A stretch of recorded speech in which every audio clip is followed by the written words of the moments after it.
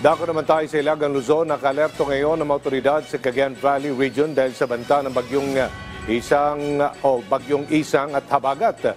Partikular ng binabantayan ay ang mga lugar na madalas bahain at magkaroon ng pagguho ng lupa. Si Dina Villacampa ng Radyo Pilipinas, Tuguegarao, sa sentro ng Balita. Dina.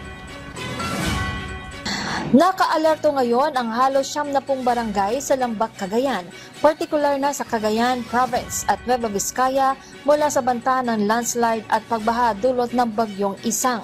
Sa Pre-Disaster Risk Assessment Meeting ng Cagayan Valley Regional Disaster Risk Reduction Management Council, ibinahagi ni Engineer Aguferil ng MGB Region 2 na patuloy nilang binabantayan ang iba pang mga lugar, lalo na yung mga dati nang nakararanas ng pagbaha at pagguho ng lupa.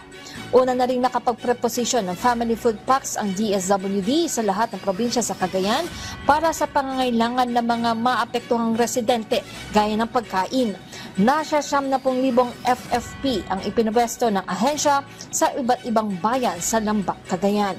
Sa ngayon, nakakaranas ng makulimlim na kalangitan at pag-uulan ang malaking bahagi ng Cagayan. Mula rito sa Tuguegarao City para sa Integrated State Media, Dina Villacampa ng Radyo Pilipinas. Maraming salamat, Dina Villacampa.